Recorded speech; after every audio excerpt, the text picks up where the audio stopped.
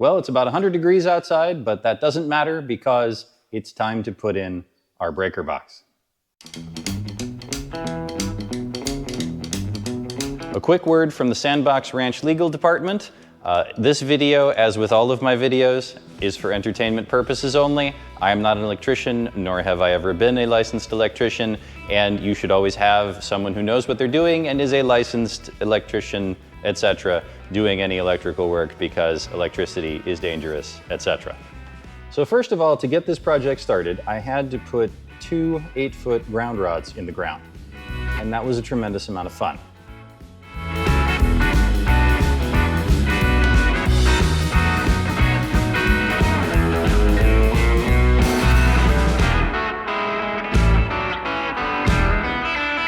It's really not that bad. It's just a whole bunch of pounding over and over again. And in heat, it's, of course, kind of wonderful. But in either case, they're in. That's what's important. And since those are in, we get started on the more fun stuff. First of all, we get to get our meter box mounted on the outside of this wall. And then we get to get our breaker box mounted on the inside of the wall here. Now, this is a Square D 200 amp panel. I believe it's a 30 slot panel, so much bigger than I should actually need here. But, overkill is underrated, so that's always great. Now the plan currently is to use little 2x4s and mount these 2x4s vertically between the purlins here. And so once we get those mounted between the purlins, we should be able to then put the breaker box on the inside of those 2x4s, right on top of them. And then we should be able to get screws from the outside through in order to mount our meter box there. The neat thing about this is that if you look at the way the mounting screws for the meter box and the mounting screws for the breaker panel line up, it basically means that you're going to have a vertical 2x4, and then where you want these screws for the breaker panel to go to it, you're going to add an additional 2x4 on the inside of it, because these screws on the breaker panel are just a little bit closer to each other than the screw holes on our meter box. So let's see about getting our 2x4s mounted, and then we can get going here.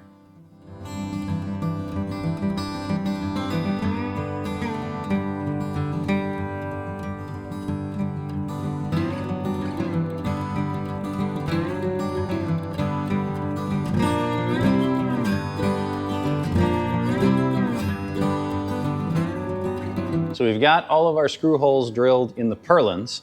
We drilled those. We'll put screws through the purlin into the end of these 2x4s when they're up there.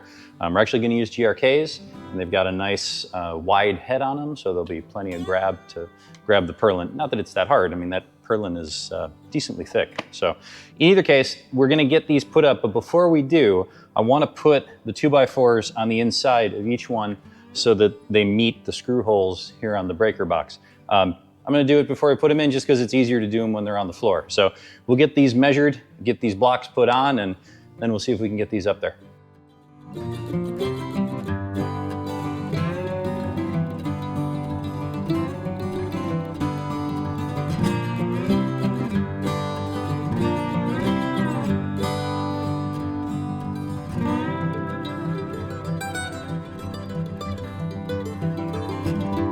One more thing we're going to do before I get those 2x4s put up here. We're going to drill the holes from the inside for the mounting holes for the meter box, just because it's a lot easier to do that here. On the outside, the meter box is going to actually sit on top of these 2 raised pieces, and we're going to use actually pieces of plastic conduit to put as spacers between the back of the meter box so as to space it out from the wall. But it's going to be a lot easier to drill those holes from here with measuring it this way than it will be from the other side. So we'll get those drilled, then we'll get those 2x4s up in place and see if we can't start getting some stuff mounted.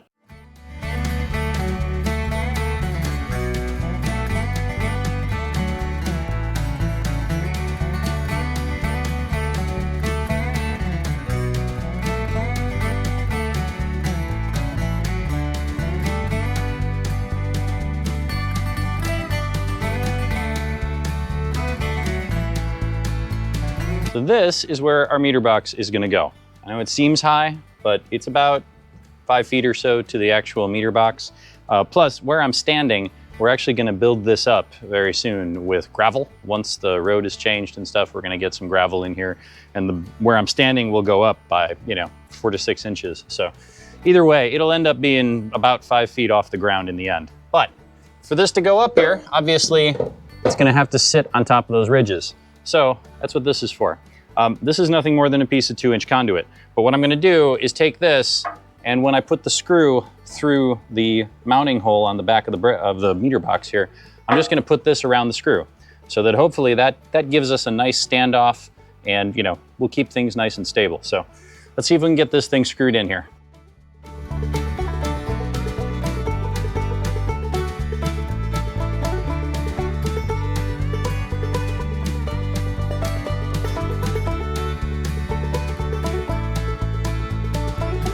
That's pretty good. I do believe I could chin myself on that without a problem, so I'm happy with that. So now we got to get our panel mounted on the other side, or at least test mounted, so that we can get the hole that we need to go through the wall with the conduit that'll actually run the wires. So back to the other side to get the panel mounted.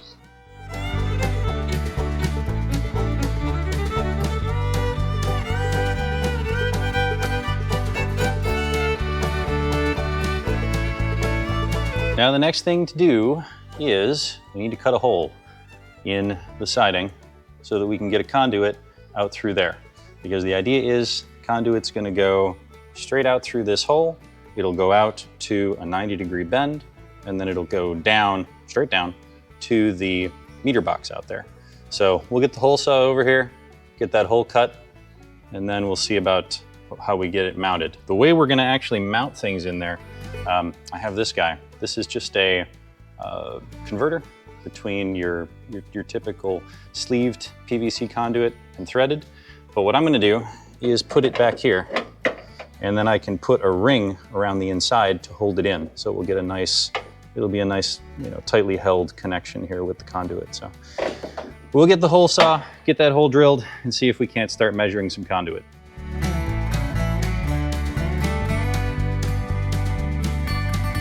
Well, there's our nice little hole out of the siding.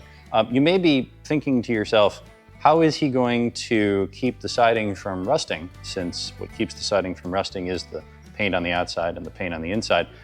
Before I finish this job, once I get the conduit through, I'm gonna put a whole bunch of sealant between the conduit and the outside edge and the inside edge, both of the siding. So hopefully we'll seal that up nice and tight, and we won't have any sort of rust problems in the future. So the next thing for us to do here, of course, is get our conduit cut up and put in. We're gonna use 2-inch conduit. It's bigger than it has to be, but I like lots of room. It's just nice to have. So we're gonna go 2-inch conduit from the top of our meter box up and then into the wall. We're gonna have a 90-degree up there at the top, so it's easy to feed the wire through. So I'm gonna get all that stuff cut up. We're gonna try to speed this up because nobody wants to sit here and watch me cut conduit. So here we go.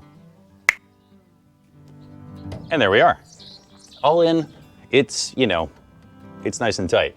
When that's held on, it's actually held on with a metal bulkhead on top of the meter base here. And then on the inside, it's actually held on with a ring, so it ain't going anywhere. I'm pretty confident in that. So now, we gotta get started on doing some wiring. So for our meter base, we're gonna have our 2 hots here and here. We're gonna let the utility side come in the bottom, and they'll hook to the bottom terminals here and here. We're gonna take our 2 hots here and here, and our neutral that goes through the middle here. We're actually in the end gonna end up connecting our ground here, so we're gonna have our ground and our neutral actually bonded here in the meter box.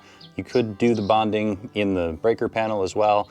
For our purposes here, it doesn't really matter, but we're gonna come out of there with our ground. We'll just go down and we'll hit our ground rods that are on the ground below us. On the inside, like I said, our conduit comes in and we've actually got a metal ring around the threaded end here so that we can hold it nice and tight to our inside of our breaker box.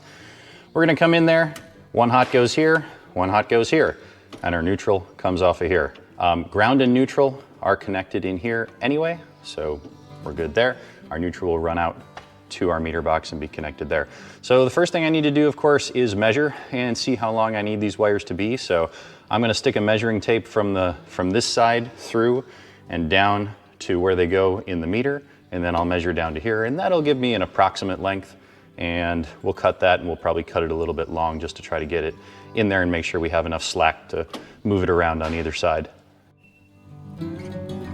And here we are, all connected inside our breaker box. I did end up using all wires are the same color. That's because the only color of 3-0 copper that I could get was black. But you'll notice the neutral, I did put a piece of gray tape around it just to kind of make sure that I knew that that one was the neutral. The hots, if the hots get crossed, that's not a big deal. But anyway, so just a little bit of a note here. I am using 3.0. You will find a lot of people using 2.0 for 200 amp service. And with this kind of distance being so short between the meter and the box, it probably would have been fine, but it wasn't that much more cost-wise for me to go up to 3.0, so do it. What I will say though is, oh my goodness, this stuff is hard to bend and hard to get through conduit. And I am so glad that I went with a 2-inch conduit as opposed to something like a 1.5, because that made it, I can't imagine trying to get these through a 1.5-inch conduit. The bending just would have been hell. So, but at least we made it through. So here is our meter box, everything connected nicely. You'll notice we've got that piece of gray tape on the one in the middle for the neutral, just to identify it. Here is our 90-degree bend, where all of the really fun bending of this 3.0 wire that really wants absolutely no part of bending took place. But yeah, couldn't have done it without that. That was really nice to have. And we can see we've also got our ground attached. I think 6-gauge solid copper is about the minimum. I went with 4-gauge just because I'm kind of a fan of going up a size on everything. So we've got our ground connected, which goes straight down over to ground rod number 1 and continues on down here to ground rod number 2. And those 2 ground rods are about 9 or 10 feet apart. I believe the minimum spacing is about 8 feet, so we should be just fine with that. But those are 8-foot ground rods, so they're plenty in the ground at this point. What you will notice, of course, is that the ground wire is just kind of dangling in the air straight down here. And I'm not planning on adding any specific support to it, because when they come in and the utility will put their conduit from here straight down, when they do that, my plan is to zip tie that piece of ground wire, that 4-gauge copper there, to zip tie that to their conduit. You know, it's a ground wire, it's supposed to be outside, so it's not like it needs to be enclosed in its own conduit or anything like that, so that should actually work pretty well. So the next thing, of course, for us to do is get everything closed up, and we're gonna call this project done today.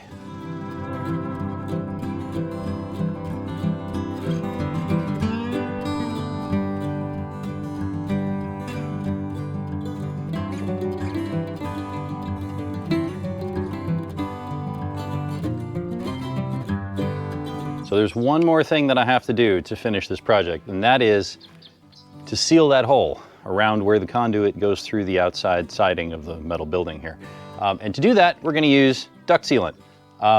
Should hold up well. It's supposed to hold up really well to the elements and stuff. They use it around all sorts of things like air conditioner coils and where the air conditioner plumbing goes into the wall and stuff like that. But here, it works out nicely too, because it's also a gray color, which kind of matches the siding. So I'm kind of a fan. So we'll get this thing sealed up and then we can call this project done.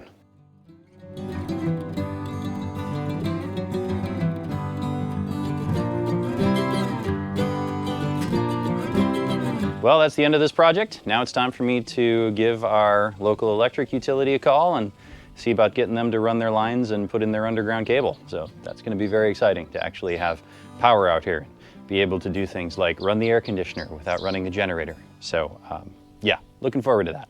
Anyway, hope you all enjoyed, and I'm going to go find some air conditioning. See you later.